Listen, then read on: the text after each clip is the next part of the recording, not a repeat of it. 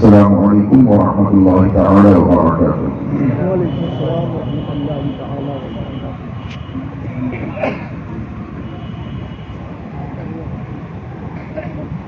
الحمد للہ رب العالمین والصلاة والسلام على سيد الأنبياء والمرسلين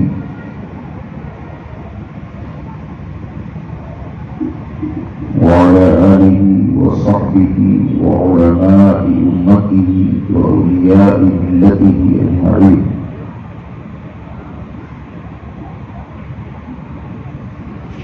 أما بعد،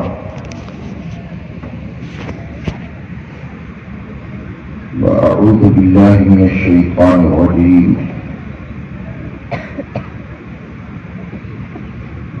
بسم الله الرحمن الرحيم۔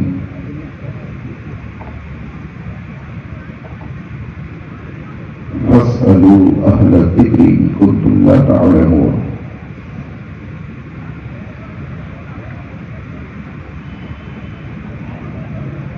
آمنت بالله الكريم، صدق الله مولانا العظيم، وبلغنا رسوله الأمين الهادي الكريم الرؤوف الرحيم، ونحن على ذلك لمن الشاهدين والشاكرين، والحمد لله رب العالمين۔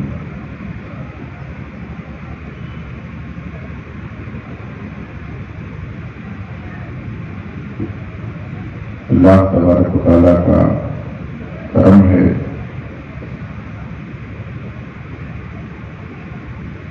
کہ وہ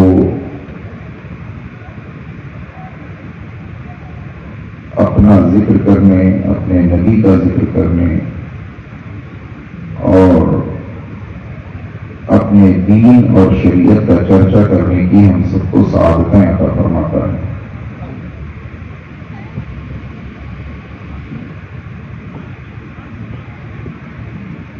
ہم سب دارالعلوم برکاتیہ سید العلوم کے صحن میں ہیں۔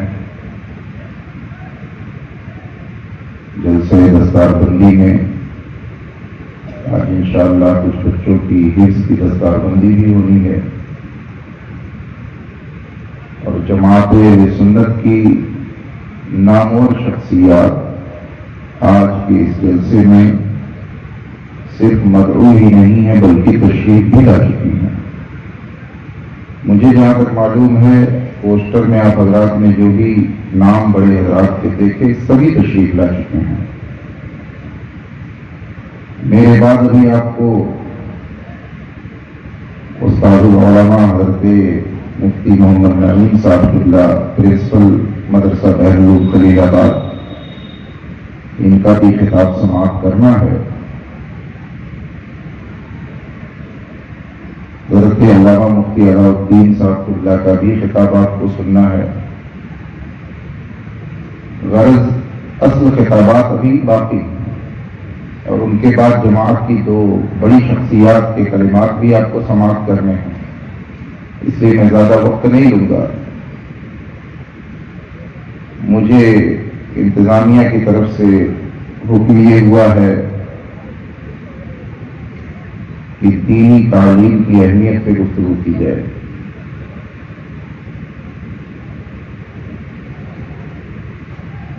موضوع سنتے وقت کسی کو لگ سکتا ہے کہ یہ عام سا موضوع ہے، مگر آج کے حالات کے اعتبار سے دیکھا جائے تو نہایت اہم موضوع ہے۔ ہمارے لوگوں میں تعلیم کو لے کر کے بیداری تو آ رہی ہے، نظر اٹھا کر کے دیکھیں، سوشل میڈیا سے آپ کا تعلق ہے، نیوز آپ دیکھتے ہیں، مسلمانوں کے حالات آپ ہم سے بہتر جانتے ہیں، ہر طرف یہ شور آپ کو نظر آتا ہوگا۔ تعلیم کے میدان میں کوششیں کیجیے، اپنی نسلوں کو تعلیم یافتہ بنائیے۔ اگر دنیا میں عزت کی زندگی گزارنی ہے تو تعلیم پر فوکس کیجیے۔ بیداری تعلیم کو لے کر کے آ رہی ہے، مگر دینی تعلیم کے معاملے میں دن بدن ہماری غفلتیں مزید بڑھتی چلی جا رہی ہیں۔ آپ کمپیئر کر کے دیکھ لیں، موازنہ کر کے دیکھ لیں، دنیاوی تعلیم کو لے کر کے ہماری بیداریاں بڑھتی جا رہی ہیں. ہماری سوسائٹی میں بتانے والے، سمجھانے والے، پڑھنے پڑھانے والے لوگ ہیں جو چاہ رہے ہیں کہ ہماری نسلیں تعلیم یافتہ ہو، اور اچھی بات ہے، دنیا کی کسی تعلیم سے روکا نہیں جاتا ہے.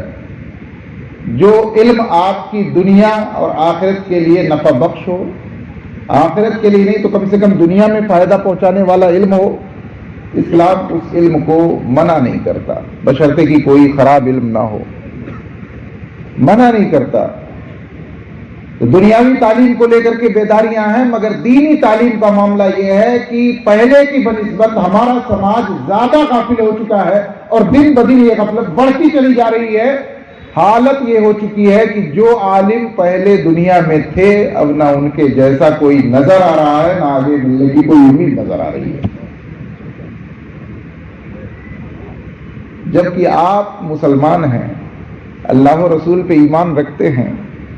تھوڑی دیر کے لیے سنجیدگی سے سنیے گا، کچھ باتیں آپ سے میں کرنا چاہتا ہوں. تھوڑی دیر کے لیے سینے پہ ہاتھ رکھ کے میری اس بات پہ توجہ دیجیے گا. دنیا میں جتنے بھی علوم پڑھائے جاتے ہیں، جتنے بھی، میں سب کی بات کر رہا ہوں. ابھی ہم دینی تعلیم کو ایک طرف رکھیں. دنیا میں جتنے علوم پڑھائے جاتے ہیں، دنیاوی علوم جنہیں کہا جاتا ہے، میڈیکل سائنس ہو، بایولوجی ہو، فزکس ہو، کیمسٹری ہو، جتنے بھی آپ اسکولوں میں، کالجز میں، یونیورسٹیز میں علوم و فنون پڑھتے ہیں، ان سارے علوم و فنون کا فائدہ آپ کو دنیا کی زندگی میں ملتا ہے. دنیا کی زندگی میں آپ ڈاکٹر بن جائیں، بڑے سے بڑے ڈاکٹر بن جائیں، آپ کو اس ڈاکٹری کا فائدہ آپ کی دنیا کی زندگی میں ملے گا. جیسے ہی سانسوں کی ڈور ٹوٹے گی، دنیا سے آپ جائیں گے، اب وہ کسی کام کی نہیں، نہ وہ ڈگری کسی کام کی، نہ وہ آپ کی زندگی بھر کی کمائی کسی کام کی. آپ نے دنیا بہت بنا لی ہوگی، کروڑپتی ہو گئے ہوں گے، ارب پتی ہو گئے ہوں گے، گھر بنا لیا ہوگا، زمین جائیداد پراپرٹی اور گاڑیاں خرید لی ہوں گی، سب کچھ کر لیا ہوگا، مگر دنیا کے جتنے بھی علوم آپ نے حاصل کیے یا کر رہے ہیں یا ان کے لیے اپنی نسلوں کو تیار کر رہے ہیں، وہ سارے علم آپ کی دنیا بنانے والے علم ہیں. مگر دین کا علم وہ علم ہے جو آپ کی قبر بھی روشن کرتا ہے اور آپ کی آخرت کو تابناک کر دیا کرتا ہے.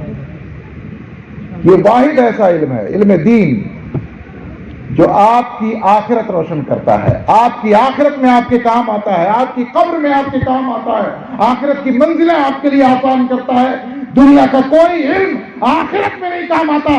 اگر کام آتا ہے تو علم دین کام آتا ہے، جو آپ کی دنیا میں بھی آپ کو عزت دلواتا ہے اور آپ کی عقبہ میں بھی آپ کو عزت دلانے والا ہے. اب آپ سوچیں ذرا تھوڑی دیر کے لیے، مومن کے لیے دنیا زیادہ اہم ہے یا آخرت؟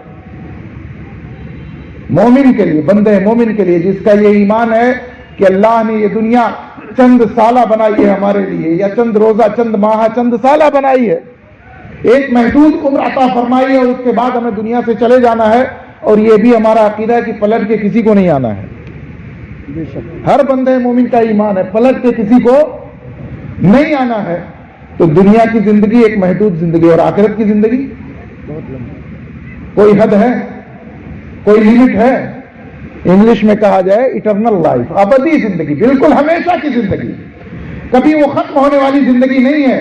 اب آپ تھوڑی دیر کے لیے خود فیصلہ کریں، سوچ کر کے. میں نہیں کہنا چاہتا کہ ایک طرف وہ دنیاوی علوم ہے جن کے لیے آپ دن رات محنتیں کر رہے ہیں، سماج میں بیداریاں پیدا کرنے کی کوششیں کر رہے ہیں، اپنی نسلوں کو ان علوم سے آراستہ کرنے کی کوشش کر رہے ہیں، ان کے لیے لاکھوں کروڑوں خرچ بھی کر رہے ہیں اور کروا رہے ہیں، بہت سارے اسکول اور کالجز بنوا رہے ہیں، اس میں توجہ بھی دے رہے ہیں اور چاہ رہے ہیں کہ آپ کی نسلیں تعلیم یافتہ ہوں. وہ علم جو آپ کی صرف دنیا بنا سکتا ہے، اس کے لیے آپ کے اندر بیداری ہے اور ہونی بھی چاہیے، ہم روکتے نہیں ہیں. مگر وہ علم جو ابد الآباد تک کی آپ کی زندگی کو روشن بنانے والا ہے، جو ہمیشہ کی آخرت کی زندگی میں آپ کے کام آنے والا ہے، اس کے بارے میں قوم مسلم کا حال یہ ہے کہ شہر کے شہر ایک قابل عالم سے خالی ہوا کرتے ہیں، تلاشنے پر بھی کوئی قابل عالم نہیں شہروں میں ملا کرتا ہے. یہ صورتحال ہے قوم مسلم کی. آپ سوچیں گے کہیں بیچ بیچ میں بھائی اگر آپ لگے کہ زیادہ زور سے بول دے رہے ہیں تو اس کے لیے معاف کیجیے گا، مگر یہ ہمارے جذبات ہیں، درد ہے سینے میں ہمارے. کیا حال ہے بھائی، دین کا علم اتنا اہم علم ہے، اور غفلتوں کا یہ عالم ہے. اچھا ایک بہت بڑا تماشا بھی ہے کہ دین کے علم کا عالم یہ ہے کہ ماہر اس کے ڈھونڈنے سے نہیں ملتے. یہ سچی بات ہے کہ بہت کم لوگ علم دین کے ماہر ہوتے ہیں. علم دین میں آپ کو سب سے پہلے عقیدے کا علم ہوتا ہے. سب سے پہلے عقیدے کا علم بنیاد ہے. عقیدے کا علم سارے علوم کی. اگر عقیدہ ہی درست نہ ہو تو دیگر علوم رہ کے کیا کریں گے؟ عقیدہ ہی اگر درست نہ ہو آدمی بہت بڑا مناظر بن جائے, بہت بڑا مفسر بن جائے, بہت بڑا محدث بن جائے, بہت بڑا صوفی بن جائے, اپنے آپ کو صوفی کہے, بہت بڑا کچھ بھی بن جائے, لیکن اگر عقیدہ درست نہیں ہے تو سب بیکار ہے. اتبعوا السواد الاعظم فانه من شذ شذ في النار. سرکار نے کتنا واضح حکم, ابن ماجہ کی حدیث ہے, کیا فرمایا؟ سواد اعظم کی پیروی کرو, مسلمانوں کی سب سے بڑی جماعت جو ہے اس کی پیروی کرو. آپ نظر اٹھا کے دیکھ لیں, سرکار اقدس صلی اللہ تعالی وسلم کے زمانے سے اب تک مسلمانوں کے درمیان جتنے بھی گروہ اور فرقے پائے گئے, جتنے بھی لوگ پائے گئے, جتنی بھی جماعتیں پائی گئی, ان میں سب سے بڑی جماعت کون سی ہے؟ ہر بندے عاقل فیصلہ کر سکتا ہے, اہل سنت و جماعت جسے آج مسلک اعلی حضرت کہا جاتا ہے, یہ 1400 سال کی سب سے بڑی جماعت ہے.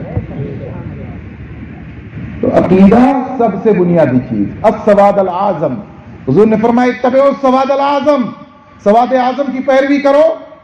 فإنه من شذ, کیونکہ جو الگ ہوا, شذ فی النار, جہنم میں ڈال دیا گیا, جہنم میں ڈال دیا گیا. تو آپ سوچیں سب سے بنیادی علم, سب سے پہلا علم عقیدے کا علم ہے. دینی علوم میں کتنے ماہرین ہیں. ابھی بد مذہب سے گفتگو کرنے کی بات آ جائے تو تلاش کرنا پڑتا ہے کہ مفتی صاحب قبلہ کہاں ہے, بھائی رابطہ کرو. بد مذہبوں سے گفتگو کرنا ہے, فلاں حضرت کہاں ہے, بھائی رابطہ کرو. محلے میں, شہر میں, گاؤں میں, علاقوں میں کوئی ایسا نہیں ملتا جو اسلامی اور سنی عقائد پہ کسی مخالف سے سنجیدہ گفتگو کر سکے. یہ صورتحال ہے ہماری. کہہ لیجئے افسردگی کہیں یا جو بھی کہیں, کہ ہماری صورت یہ ہے کہ ہمارے درمیان دینی علوم کے ماہرین نہیں ہے. اور اس کے بعد بھی لاپرواہی کا یہ عالم ہے کہ کوئی آدمی توجہ نہیں دینا چاہتا ہے. مولوی بنا کے کیا کریں گے؟ لوگ کہتے ہیں مولوی بنا کے کیا کریں گے, زیادہ سے زیادہ کہیں امامت کریں گے.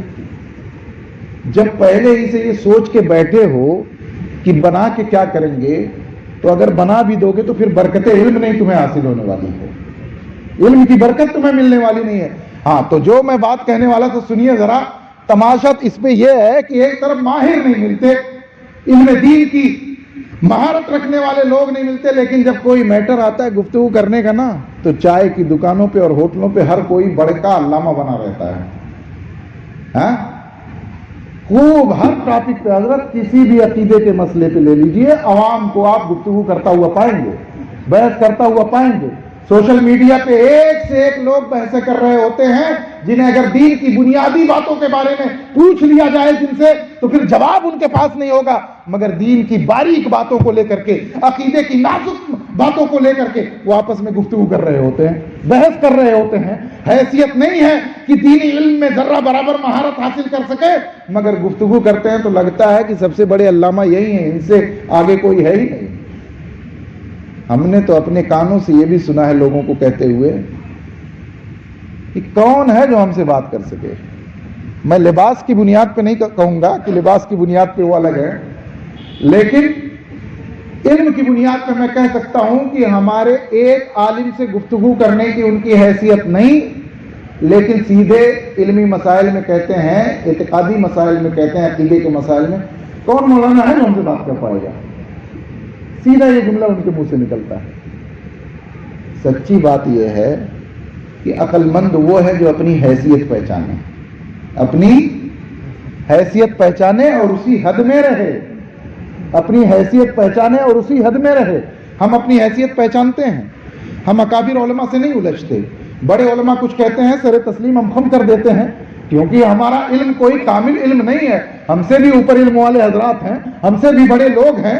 اس لیے ہم جانتے ہیں کہ اگر اس فیلڈ کے ایک ایکسپرٹ ہیں, ماہر ہیں, تو اصول انسانی اور عقلی اصول یہ ہے کہ ان کی بات پہ سر تسلیم خم کر دیا جائے. ہم ماہر نہیں ہیں تو جو ماہر ہے اس کی بات مان لی جائے, جو ماہر ہے اس کے سامنے سر جھکا دیا جائے. اسی میں کامیابی ہے اور یہی عقلی اصول بھی ہے. مگر کتنا بڑا تماشا یہ ہے کہ مسلمانوں میں چائے نوشی کا طریقہ نہیں معلوم, پانی پینے کا صحیح سے سلیقہ نہیں معلوم, استنجا اور طہارت کا طریقہ نہیں معلوم, مگر ضرورت پر معاملہ جب آتا ہے تو علماء سے وہ بحث کر رہے ہوتے ہیں اور علماء کی بے ادبی اور گستاخی کر رہے ہوتے ہیں اور سیدھے یہ بھی کہہ دیتے ہیں کون مولوی ہے جو ان سے بات کر سکتا ہے.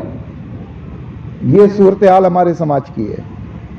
معلوم ہے نہیں کہ علم دین کیا ہے, معلوم ہے نہیں کہ علم دین کی اہمیت کیا ہے. علم دین وہ علم ہے کہ جس کو حاصل کرنے والا بھی خوشبخت ہوتا ہے اور علم دین سکھانے والا بھی نیک بخت ہوا کرتا ہے. وہ علم ہے تعلیم دین کے دینی تعلیم کی بات ہو رہی ہے. دینی تعلیم آپ کو مکتب سے لے کر کے تخصص کے شعبوں تک پڑھائی جاتی ہے. ہمارے اداروں میں تخصص کے شعبے چلتے ہیں. یہ فقہ میں تخصص یعنی اسپیشلائزیشن جس میں مفتی بنایا جاتا ہے, حدیث میں تخصص یعنی محدث, اور مناظراتی ادب میں آدمی کو مناظر بنایا جاتا ہے. بہت سارے ہیں. مکتب سے لے کر کے تخصص کی تعلیم تک دینی تعلیم مدارس میں اور اداروں میں ہوا کرتی ہے. اس کی اہمیت صحیح معنوں میں صرف علماء جانتے ہیں. جو علماء نہیں ہیں وہ کبھی نہیں جان سکتے کہ دینی تعلیم کی اہمیت کیا ہوا کرتی ہے. جب تک سمندر میں اترو گے نہیں تب تک گہرائی کا اندازہ نہیں ہو سکتا ہے. جب تک علم دین کے میدان میں قدم نہیں بڑھاؤ گے تب تک نہ دینی علوم کی گہرائی معلوم ہو سکتی ہے, نہ دینی تعلیم کی اہمیت معلوم ہو سکتی ہے. بہت ساری گفتگو کرنے کو ہے, مگر گفتگو آگے بڑھاتے ہوئے میں کہوں مسلمانوں, علم دین خود بھی حاصل کرو اور اپنی نسلوں کو بھی وابستہ کرو. خود بھی حاصل کرو, اپنی نسلوں کو بھی علم دین سے وابستہ کرو. یہی وہ علم ہے جو تمہیں دنیا میں عزت دے گا اور یہی وہ علم ہے جو تمہیں آخرت میں عزت دینے والا ہے. اس کے بغیر اگر تم چاہو تو پھر کوئی کامیابی نہیں ملنے والی ہے. بے شک تم کامیاب ڈاکٹر ہوگے, بے شک تم کامیاب انجینئر بن سکتے ہو, بے شک تم کامیاب ٹیکنیشین ہو سکتے ہو, بے شک تم کچھ بھی ہو سکتے ہو, لیکن مرنے کے بعد جب سانس ٹوٹے گی تو یہ ساری ڈگریاں, سارے علوم, سارے فنون, سارے ہنر, سارے کاروبار سب یہیں رہ جائیں گے. مرنے کے بعد کام آئے گا تو دین کا علم تمہارے کام آئے گا. رسول اللہ کی وراثت جو علم ہے, جو علم شریف, جو علم پاک رسول اللہ کی وراثت ہے وہ کام آنے والا ہے. اس کے سوا کوئی علم تمہارے کام آنے والا نہیں ہے. وہی علم قبر بھی تابناک کرے گا, وہی علم تمہیں حشر میں بھی عزت و سربلندی دے گا, اور وہی علم تمہیں جنت کی منزلوں سے بھی شادکام کرے گا. اس لیے مسلمانوں علم دین کی طرف آؤ, اور علم دین حاصل کرنے کا سب سے آسان طریقہ میں آپ کو بتاؤں. آپ بہت سارے لوگ کہتے ہیں حضرت علم دین ہم بھی سیکھنا چاہتے ہیں لیکن ہم مدرسے میں تو جا کے نہیں پڑھ سکتے. لا علمی اور جہالت ہم بھی دور کرنا چاہتے ہیں لیکن مدرسوں میں تو ہم داخلہ نہیں لے سکتے. میں آپ کو جواب دے دوں اس کا کہ آپ کو جواب اس کا کیا ہے.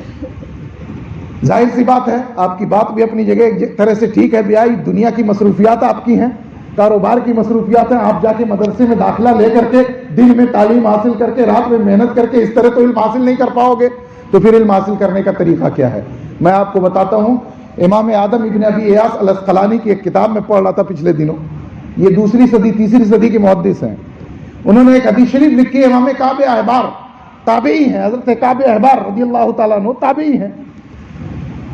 ان کی روایت لکھی ہے کہ حضرت کعب احبار کے ایک شاگرد روایت کرتے ہیں کہ کعب احبار نے قسم کھائی, قسم ہے اس رب کی جس نے حضرت موسیٰ کے لیے سمندر کو چیر دیا, قسم ہے اس رب کی.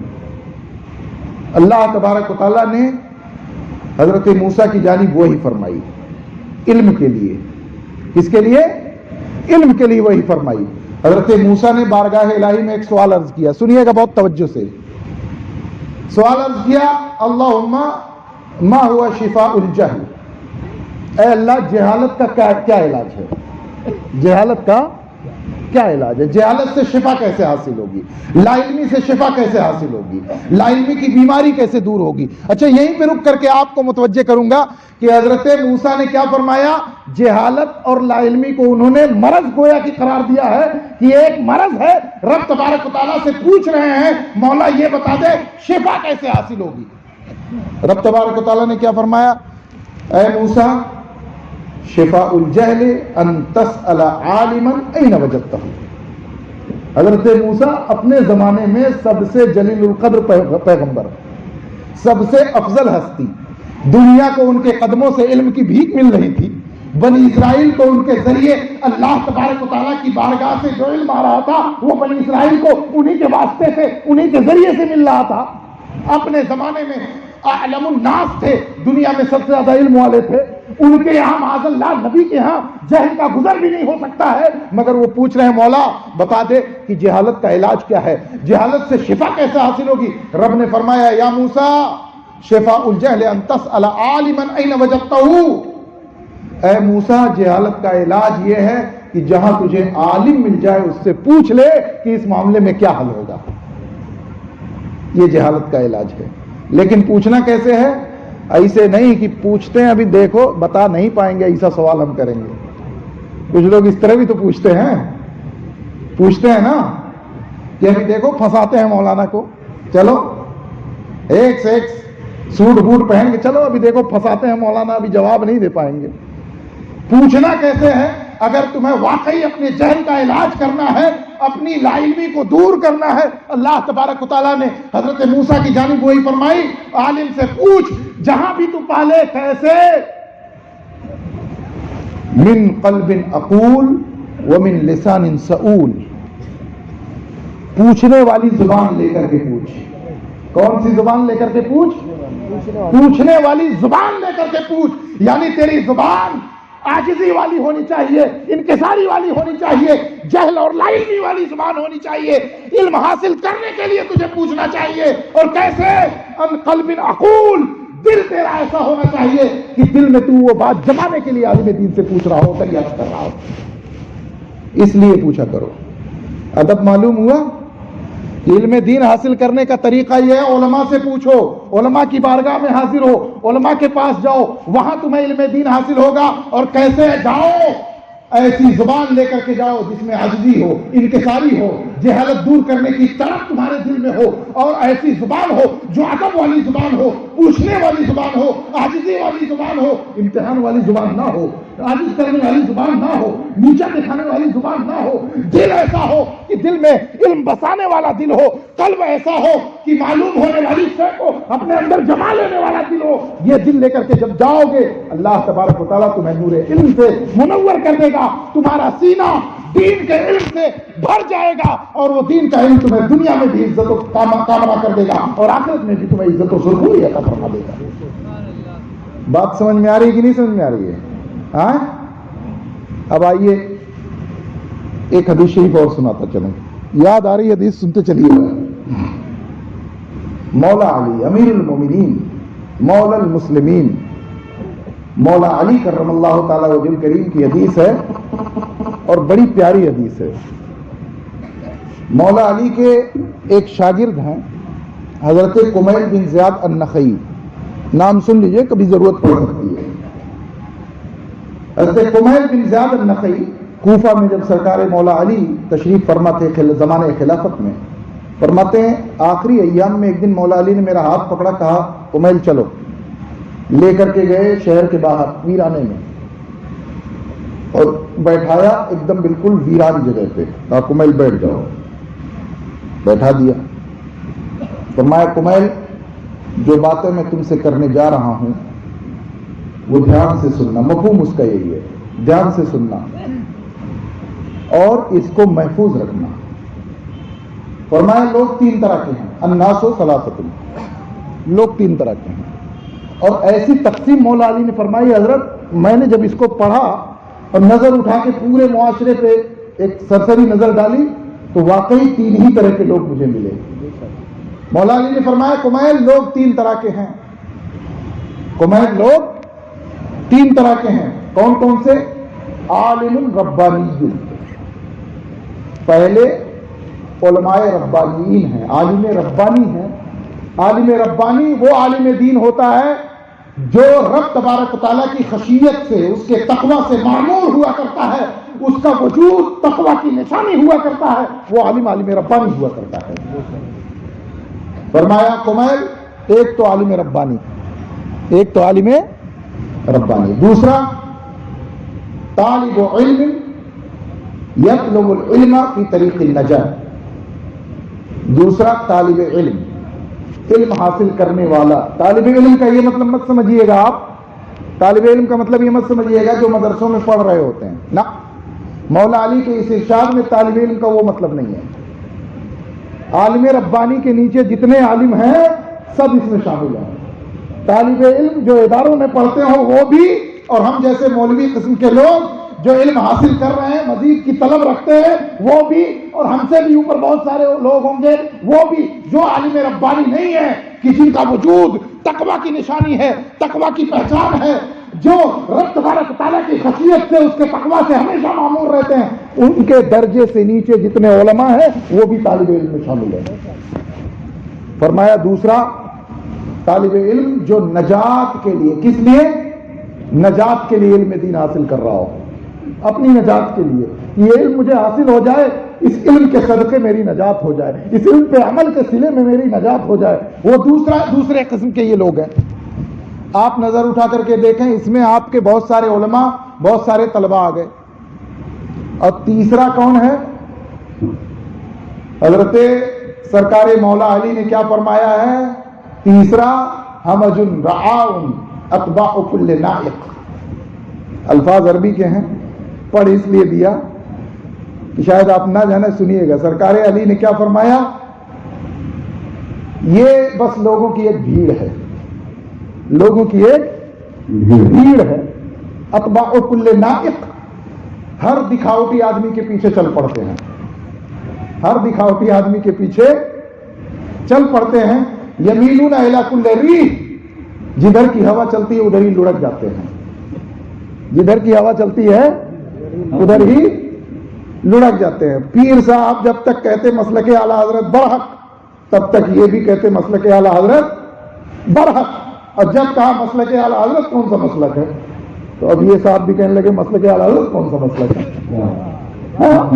کل کو ادھر آج کو ادھر۔ یمیلون الی کل ریح، مولا فرما رہے ہیں، مولا علی فرما رہے ہیں، جدھر دیکھا ہوا چل رہی ہے لوگ ادھر لڑک گئے۔ ابھی میں اس پہ گفتگو کرتا ہوں کس کے پیچھے چلنا چاہیے، کس کے پیچھے نہیں چلنا چاہیے۔ جدھر کی ہوا چلی ادھر لڑک گئے۔ مولا علی کیا فرماتے ہیں؟ ہم لم یستضیئوا بنور العلم۔ یہ تیسرا گروہ آپ خود نظر اٹھا کے دیکھیں، پہلا گروہ علماء ربانیین کا ہے، وہ بہت کم ہے۔ دوسرا گروہ متعلمین کا، طالب علموں کا ہے، اس میں ہم جیسے لوگ ہیں، یہ بھی بہت کم ہیں آج کے زمانے کے اعتبار سے۔ اور تیسرا گروہ مولا علی فرماتے ہیں یہ بس بھیڑ ہے لوگوں کی، جو ہر دکھاوٹی آدمی کے پیچھے چل پڑتے ہیں، جدھر ہوا چلتی ہے ادھر لڑک جاتے ہیں۔ لم یستضیئوا بنور العلم، انہیں علم کا نور نصیب ہی نہیں ہوا، انہیں علم کا نور نصیب بنیں گے، ایسا لگ رہا ہے مناظر اعظم یہی ہے، مباحث اکبر یہی ہے، انہیں علم کا نور نصیب ہی نہیں ہوا۔ وَلَمْ يَلْجَؤْا إِلَىٰ رُكْنٍ وَثِيقٍ۔ امام ابو نعیم اصفہانی نے حلیۃ الاولیاء کے اندر اس حدیث کو لکھا ہے، مولا علی کی حدیث ہے، فرمایا انہیں علم کا نور ملا ہی نہیں، نصیب ہی نہیں ہوا۔ اور دوسری بات، اگر علم کا نور نہیں نصیب ہوا تو کم سے کم کسی نور والے کا دامن تو تھام لیتے، کسی علم والے کا دامن تو تھام لیتے، دامن تو پکڑ لیتے۔ مولا علی فرماتے ہیں لم یلجؤ ولم یلجؤ الی رکن وثیق، اور کوئی مضبوط ستون تھاما بھی نہیں، کوئی مضبوط ستون۔ اب یہی مولا کے اس ارشاد سے ایک بات سمجھ میں آئی، کیا کہ اگر بندہ ان میں سے ہو جو تیسری قسم مولا علی نے بیان فرمائی ہے، تو اس کو چاہیے کہ پہلے کوشش کرے کہ میرا سینہ علم کے نور سے منور ہو جائے، میرے سینے میں نور علم آ جائے، یہ کوشش کرے۔ اور اگر اس میں کامیاب نہ ہو سکے، دیکھ رہا ہو کہ میں جدھر میرا پیر جا رہا ہے، جدھر میرا شیخ جا رہا ہے، میں بھی ادھر لڑکتا جا رہا ہوں، کل غلط راستے پہ تھا تو میں اس کے ساتھ تھا، آج سدھرا تو میں اس کے ساتھ ہوں، کل بگڑا پھر میں اس کے ساتھ۔ اگر ایسا معاملہ ہے تو پہلے پختہ علم حاصل کرے، اگر نہیں حاصل کر سکا تو مولا علی نے فارمولہ دے دیا ہے کہ کیا کرو، کوئی رکن وثیق تھام لو، کوئی مضبوط ستون تھام لو، کوئی مضبوط دامن تھام لو۔ اگر تم نے یہ تھام لیا تو پھر جدھر کی بھی کہیں کی بھی ہوا چلے، آندھیاں چلیں گی مگر تمہیں بھڑکا نہ سکیں گی، طوفان آئیں گے مگر تمہیں ہلا نہ سکیں گے۔ یہ مولا علی نے درس دے دیا۔ میرے ماننے والوں، اگر مجھے مانتے ہو تو پہلے خود مضبوط نور علم حاصل کرو، نہیں حاصل کر سکے مضبوط ستون تھام لو۔ تاریخ گواہ اسلام کی، جب جب مسلمان مضبوط ستون سے وابستہ رہا، امام ابو حنیفہ کے ستون سے وابستہ رہا، امام ماتریدی کے ستون سے وابستہ رہا، امام اشعری کے ستون سے وابستہ رہا، امام غزالی کے ستون سے وابستہ رہا، امام رازی کے ستون سے وابستہ رہا، مجدد الفسانی کے ستون سے وابستہ رہا، میں شاہ عبدالعزیز محدث دہلوی سے وابستہ رہا۔ آگے آتے ہوئے کہہ دوں، جو لوگ بھی امام احمد رضا سے وابستہ رہے، رکن وثیق سے وابستہ رہے، ہدایت پر رہے، آندیاں چلتی رہی، طوفان چلتے رہے، مگر ان کے عقیدے میں کوئی تزلزل نہیں آ سکا۔ نعرہ تکبیر، نعرہ رسالت، مسلک اعلیٰ حضرت علماء اہل سنت، دار برکاتیہ سید العلوم حضرت علامہ مفتی نثار احمد صاحب قبلہ، نعرہ تکبیر، نعرہ رسالت، سبحان اللہ، زندہ باد۔ مسلمانوں، یہ علم دین ہے، یہی بچائے گا۔ علماء دین سے وابستگی یہ تمہیں بچائے گی، تمہاری دنیا بھی، تمہاری قبر بھی اور تمہاری آخرت بھی، زندہ باد، سبحان اللہ۔ یہ بچائے گا۔ اور رہی بات پیروی کی نا، ابھی بات آئی تھی، جدھر گئے جناب ادھر لڑک گئے، یہ ہو رہا ہے۔ کل تک ٹھیک ٹھاک تھے، آج بگڑ گئے۔ تو اس بارے میں بڑا واضح اصول ہے، اسلام میں کچھ چھوڑا نہیں گیا، سب کچھ ہے، دین میں سب کچھ ہے۔ مشکات شریف ہمارے اداروں میں پڑھائی جاتی ہے، کتاب الایمان باب الاعتصام بالکتاب والسنہ، حدیث شریف ہے۔ حضرت عبداللہ ابن مسعود رضی اللہ تعالیٰ عنہ صحابی رسول ہیں، افقہ المسلمین بعد الخلفاء الراشدین۔ مسلمانوں میں، تمام مسلمانوں میں، حضرت ابوبکر صدیق رضی اللہ تعالیٰ عنہ سے لے کر کے قیامت تک کے تمام مسلمانوں میں، امتیوں میں سب سے بڑے فقیہ و عالم امتیوں میں ہیں تو وہ چاروں خلفائے راشدین ہیں، چاروں خلفائے راشدین، حضرت ابوبکر رضی اللہ تعالیٰ عنہ، حضرت عمر رضی اللہ تعالیٰ عنہ، حضرت عثمان غنی رضی اللہ تعالیٰ عنہ، حضرت مولا علی رضی اللہ تعالیٰ عنہ۔ یہ چاروں حضرات افقہ المسلمین ہیں، امتیوں میں سب سے بڑے فقیہ ہیں، سب سے بڑے عالم دین ہیں۔ ان کے بعد پانچواں درجہ افقہ المسلمین بعد الخلفاء الراشدین اگر کوئی ہستی ہے تو حضرت عبداللہ ابن مسعود رضی اللہ تعالیٰ عنہ کی ہے۔ یہ کون ہستی ہے؟ صحابی رسول ہیں، سرکار کی بارگاہ میں ایسی رسائی حضرت ابو ذر غفاری رضی اللہ تعالیٰ عنہ بیان فرماتے ہیں، حدیث کی مشہور کتابوں میں حدیث شریف موجود ہے، بیان فرماتے ہیں کہ جب میں ابتدائی اسلام میں مکہ مکرمہ آیا تو میں حضرت عبداللہ ابن مسعود کو اور ان کی والدہ کو حضور کے گھر میں اتنا زیادہ آتے جاتے دیکھتا تھا کہ میں سمجھتا تھا یہ بھی حضور کے گھر والے ہیں، یہ بھی حضور کے گھر والے ہیں۔ حضرت عبداللہ ابن مسعود کے بارے میں خود ہمارے آقا و مولا صلی اللہ تعالیٰ علیہ وسلم نے، آقا کریم نے ارشاد فرمایا ہے، رضیت لامتی ما رضی اللہ ابن ام عبد، میری امت کے لیے عبداللہ ابن مسعود جو پسند کر لے وہی میری بھی پسند ہے، وہی میری بھی پسند ہے۔ میری امت کے لیے عبداللہ ابن مسعود جو پسند کر لے، کبھی کبھی دیگر صحابہ کے فضائل بھی سن لیا کرو اسی طرح سے، جو میری امت کے لیے عبداللہ ابن مسعود پسند کر لے وہی میری بھی پسند ہے، وہی مجھے بھی پسند ہے۔ یہ عبداللہ ابن مسعود رضی اللہ تعالیٰ عنہ اپنی حیات طیبہ کے آخری دنوں میں فرمانے لگے، ایک بار، من کان مستنن فلیستن بمن قد مات۔ ایک اصول سن لیجئے زندگی بھر کے لیے، کوئی بہکانا چاہے کبھی آپ کو بہکا نہیں پائے گا، کبھی نہیں بہکا پائے گا، ایک دم بالکل سمجھیے گا، عقیدے میں تو کبھی نہیں آپ کو بگاڑ سکتا۔ یہ بھی دین کا علم ہے جو آپ کو علماء بتاتے ہیں، ہم علماء کی جوتیاں سیدھی کرنے والے خادمان آپ کو بتا رہے ہیں، یہ بھی دین کا علم ہے، سنتے چلیے۔ حضرت عبداللہ ابن مسعود فرماتے ہیں، من کان مستنن فلیستن بمن قد مات۔ حضرت عبداللہ ابن مسعود نے فرمایا، جس کو کسی کی پیروی کرنا ہو تو ان کی پیروی کرے جن کا انتقال ہو چکا ہے، جن کا انتقال ہو چکا ہے۔ یہ نہیں کہا کہ اپنے استاد کی پیروی کرے، جسے نقش قدم پہ چلنا ہو اپنے استاد کے نقش قدم پہ چلے، جسے نقش قدم پہ چلنا ہو اپنے پیر کے نقش قدم پہ چلے، اپنے شیخ کے نقش قدم پہ چلے، کچھ نہ، یہ نہیں فرمایا۔ کیا فرمایا؟ من کان مستنن فلیستن بمن قد مات، جسے کسی کی پیروی کرنا ہو، کسی کے نقش قدم پہ چلنا ہو تو اس کے نقش قدم پہ چلے جس کا انتقال ہو چکا ہے۔ فإن الحي لا يؤمن عليه الفتنة،